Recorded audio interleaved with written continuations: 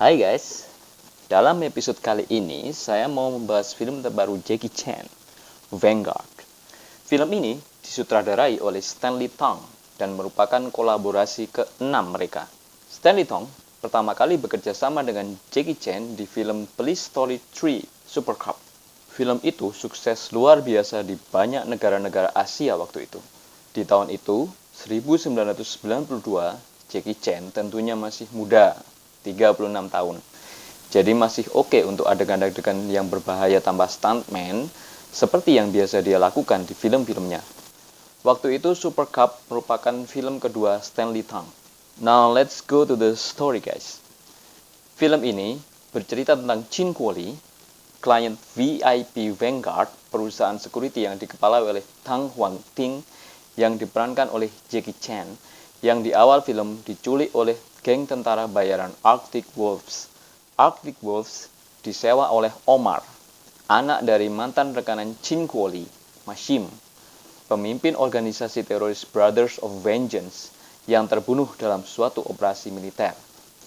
Chin Kuo-li dikontrak secara paksa oleh Mashim untuk membiayai proyeknya.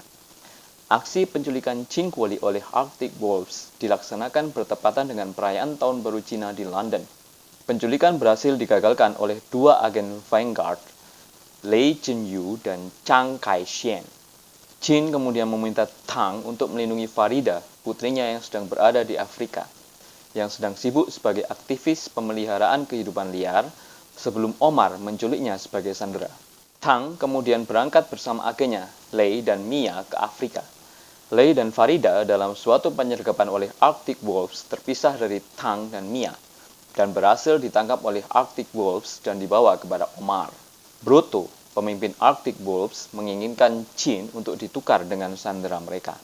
Tang mengerahkan agen-agennya untuk menyerbu benteng Omar yang dijaga ketat di kota Jadebala di area Timur Tengah untuk membebaskan Farida dan Lei.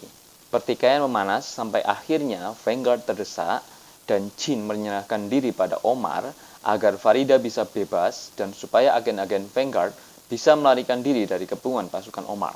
Omar membawa Chin ke Dubai, di mana masih menyembunyikan hartanya.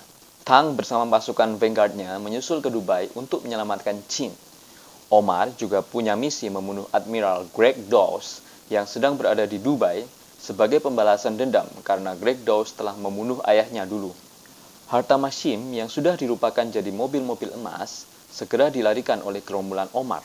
Di sini terjadilah kejar-kejaran mobil, baku tembak dan baku hantam saat Vanguard berusaha mencegah mereka keluar dari Dubai dibantu dengan kepolisian setempat sambil berusaha menyelamatkan Chin. Adegan-adegan action di sini cukup seru walaupun terkesan tanggung. Film ini sedianya hendak dirilis tanggal 25 Januari 2020 di Cina, namun ditunda tanggal perilisannya sampai 30 September 2020 karena pandemi COVID-19.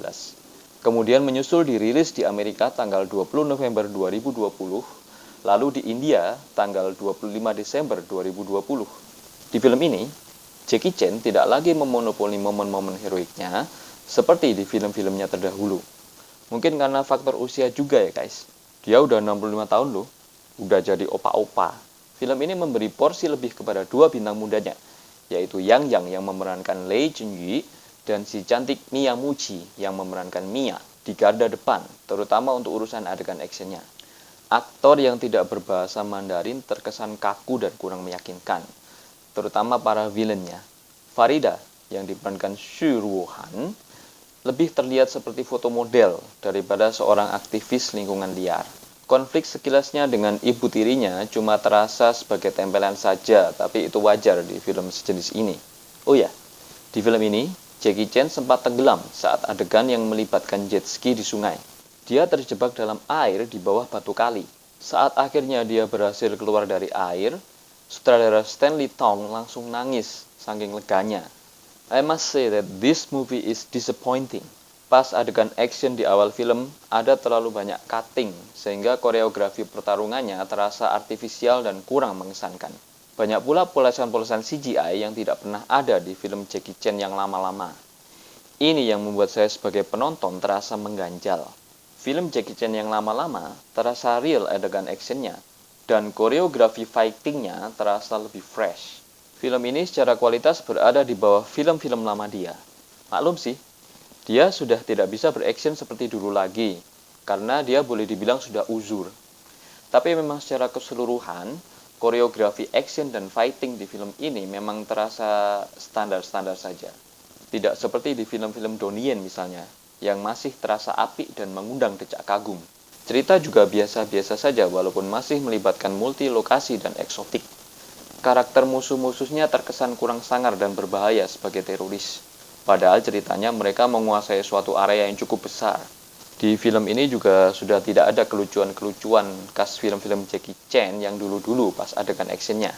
Makanya film ini terkesan melempem dan tidak punya taji. Thumbs down for this movie. Sepertinya Jackie Chan sudah lewat masanya, seperti bintang-bintang action gaya lainnya macam Sylvester Stallone dan Arnold Schwarzenegger. Buat kalian yang ngefans dan kangen sama film-film Jackie Chan, siap-siap kecewa dengan film ini.